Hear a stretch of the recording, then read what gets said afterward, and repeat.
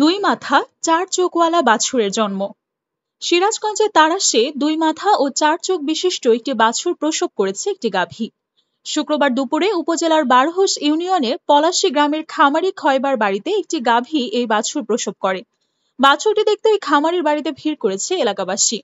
খয়বার হোসেন বলেন, 4 বছর আগে বিদেশি ষাঁড়ের মাধ্যমে প্রজনন দিয়ে প্রসূতি গাভীটির জন্ম হয়। পরবর্তীতে গাভীটি বড় হলে প্রজননের জন্য ইনজেকশন ব্যবহার করে গর্ভধারণ করা হয়।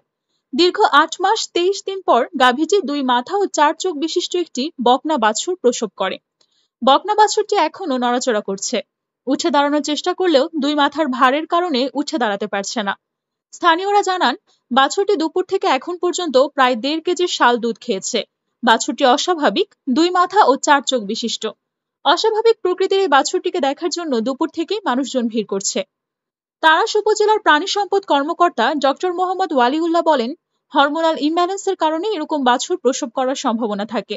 এছাড়াও প্রজননগত কারণেও এরকম অস্বাভাবিক বাছুর প্রসব হতে পারে। তবে এমন বাছুর প্রসব খুব একটা দেখা যায় না।